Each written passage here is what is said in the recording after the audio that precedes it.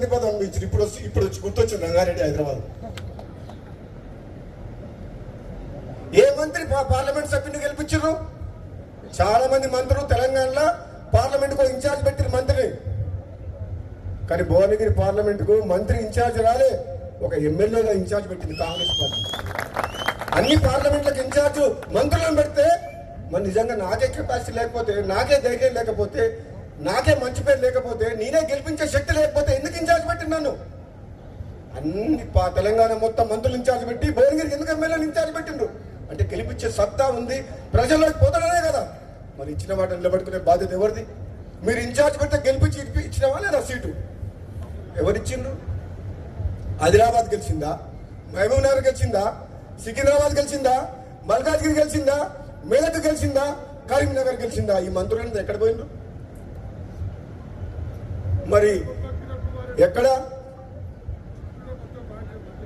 నేను అడిగేది ఓ దయా దాక్షిణ్యాల మీద మీరు ఎప్పుడు ఇస్తారా అని మేము ఎదురు చూస్తలేం.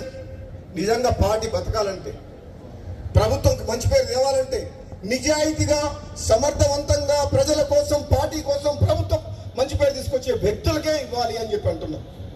ఈ పైరవికారులను పక్కన పెట్టాలి, పైరవికారులను పక్కన పెట్టాలి. కాంగ్రెస్ పార్టీ ఇంకా బలంగా కావాలి. ఒక యువకుల్ని ప్రోత్సహించాలి, పార్టీ కోసం కష్టపడే వాళ్ళని మానవత్వంతో పనిచేసి ప్రజలతో మమేకమై, కార్యకర్తలతో మమేకమై, అవసరమైతే డి అంటే డి అని కొట్లాడే శక్తి ఉన్న వాళ్ళని అధికారం ఇస్తే అప్పుడు ప్రజలు సంతోషిస్తారు, పార్టీకి లాభం అవుతుంది. దారుణం కూడా దానే ఎక్కిస్తే పదవి వస్తే కొట్లాడతాడా? కేసీఆర్ అనే వ్యక్తిని గద్ద దింపేదాకా నిద్రపోను అని చెప్పి పార్టీ మారి బీజేపీలో ఉన్నా సరే తెలంగాణ ప్రజలందరూ కూడా కాంగ్రెస్ పార్టీ వైపు చూస్తే నేను మళ్ళా వెనకడుగు వేసి కాంగ్రెస్ పార్టీలోకి వచ్చి గద్దె దింపినా లేదా? అంటే ఒక ప్రజాస్వామ్యాన్ని కూని చేసి, రాష్ట్రాన్ని అప్పులపాలు చేసి, అవినీతిమయం చేసి, లక్షల కోట్ల ఒక కుటుంబం దోచుకుంటుంటే చూడలేక ఈ ప్రజలకు ప్రజాస్వామ్యాన్ని కాపాడాలని చెప్పి, ఈ ప్రజల పక్షాన్ని పోరాటం చేయాలని చెప్పి, తెలంగాణ ఇచ్చిన కాంగ్రెస్ పార్టీ జెండా ఎగిరాలని చెప్పి నాలాంటి వ్యక్తి నిర్ణయం మార్చుకొని వెనకకు వచ్చిన అంటే దాని అర్థం ఒక కమిట్మెంట్ ఉంది. కన్నతల్లి లాంటి కాంగ్రెస్ పార్టీ అంటే అభిమానం ఉంది.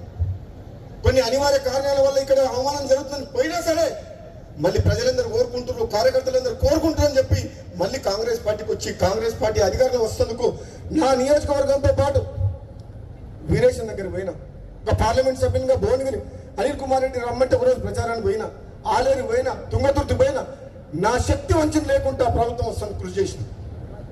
సూర్యాపేట రమ్మంటే దామోదర్ రెడ్డి దగ్గర పోయినా. అంటే నేను నా పదవి కోసం, నేను పదవి అడుక్కునే పొజిషన్లో, నా ఎమ్మెల్యే పదవి తెచ్చుకునే పరిస్థితులు లేను. ఈ తెలంగాణ రాష్ట్రం కోసం 5 ఏళ్లు పోరాటం చేసి సోనియా గాంధీని కాంగ్రెస్ పార్టీని ఒప్పించి పార్లమెంట్లో తెలంగాణ గొంతు వినిపించి తెలంగాణ తెచ్చిన ఎంపీల్లో నేను ఒకరిని. నాకు ఒక కమిట్మెంట్ ఉంది, ఈ తెలంగాణ రాష్ట్రం బాగుండాలి, ఈ తెలంగాణ రాష్ట్రం అభివృద్ధిలో ముందుకు దూసుకుపోవాలి, తెలంగాణలో ప్రతి పేదవాళ్లకు కాంగ్రెస్ పార్టీ అండగా ఉండాలని చెప్పి పనిచేస్తున్న, నిజాయితీగా పనిచేస్తున్న వ్యక్తిని. కాబట్టి నా విషయంలో కొందరు నాయకులు ఇక చెప్తే బాగుండదు, దుర్మార్గంగా ధర్మరాజులాగా ఉండాల్సిన జానారెడ్డి గారు కూడా మహాభారతంలో ధృతరాష్ట్రం పాత్ర పోషిస్తాడు. నాకైతే బాధ అనిపిస్తుంది. నాలాంటి వ్యక్తికి ఏదన్నా వస్తుంది అంటే 10 మందికి పనికొచ్చే మనిషిని, 1000 మందిని కాపాడే వ్యక్తిని నాలాంటి వ్యక్తికి అడ్డం తగులుతుందంటే ఇక నేనేం చెప్పాలో నాకు అర్థమైతలేదు. అందుకని ఇంతకంటే ఎక్కువ చెప్పలేదు. ఇప్పటికే చెప్పదలుచుకుని చెప్పిన మనసులో ఉన్నది చెప్పినా లేదా? మరి నన్ను చూస్తే భయపడుతున్నారు అందరూ. నేను వస్తున్నట్టుగా బామ్మోడు వస్తే ఏం చేస్తాడో, ఆయన మా మాట వింటాడో వినడో అనుకుంటున్నా. ఏందో మరి అధిష్టానమేమో ఇస్తా అంటుంది, కొందరికి చెమటలు పడుతున్నాయి. ఎందుకు? ఉన్నట్టు మాట్లాడతాడు, ముఖం మీద మాట్లాడతాడు, ప్రజల పక్షాన మాట్లాడతాడు, ప్రజలకు ఏది కరెక్టో అదే చెప్తాడు. తప్ప చెప్పాలనా వద్దా? చెప్పాలనా వద్దా? భయపడి అన్నిటికీ తలకాయ ఊపాలనా? మునుగోడు గడ్డ తమ్ముడు చెప్పినట్టు మొత్తం కేసీఆర్ ఫామ్ హౌస్ లో పడుకున్న కేసీఆర్ 100 మంది ఎమ్మెల్యేలు వచ్చి మొత్తం మునుగోడులో గల్లీ తిరిగిపోయారు.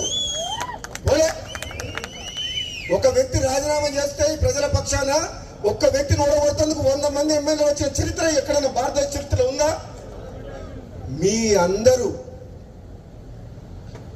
గర్వపడేలాగా ఉండాలి రాజగోపాల్ రెడ్డి తప్పితే బాబా బాబా అని అడుగునేటట్టు ఉండకూడదు. నేనే తప్పు చేసినా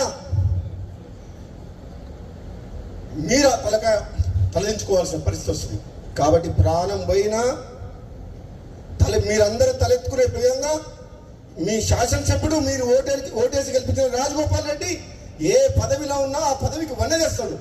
పెద్ద పదవి రాకపోయినా చిన్న పదవి అయినా పేదల కోసం రాత్రి పగలు కష్టపడతా ఈ మునుగోడు నియోజకవర్గాన్ని సస్యశ్యామలం చేయడమే కాదు, మునుగోడులో ఉన్న ప్రతి పేదవాడికి ఇల్లు కట్టించే బాధ్యత నాది, రోడ్లు ఎక్కించే బాధ్యత నాది. ప్రభుత్వ హాస్పిటల్స్, ప్రభుత్వ స్కూల్స్ అన్ని డెవలప్మెంట్ చేసి తీరుతా. భగవంతుడు ఏ పదవి ఇచ్చినా పర్వాలేదు, మీ ఆశీస్సులు, మునుగోడు ప్రజల ఆశీస్సుతోటి రెండోసారి అసెంబ్లీగా గెలిపించారు కదా తమ్ముడు కిరణ్ కుమార్ రెడ్డి సహకారంతో ఈ మునుగోడు నియోజకవర్గాన్ని అన్ని విధాలుగా 119 నియోజకవర్గాల్లో నెంబర్ 1 చేస్తాం. నాకు పోటీ, ఈ నియోజకవర్గానికి పోటీ ఎవరు ఉంటారని అనుకుంటలేను. ఎందుకంటే రాజగోపాల్ రెడ్డి తిరగలేదంటారు. రాజగోపాల్ రెడ్డి రోజు వచ్చి చూపించుకొని minute to minute live updates కోసం మా R9 తెలుగు న్యూస్ ఛానల్ ని లైక్ చేయండి, షేర్ చేయండి, కామెంట్ చేయండి. మర్చిపోకుండా బెల్ సింబల్ ని క్లిక్ చేయండి. సబ్స్క్రైబ్ చేయడం మర్చిపోకండి.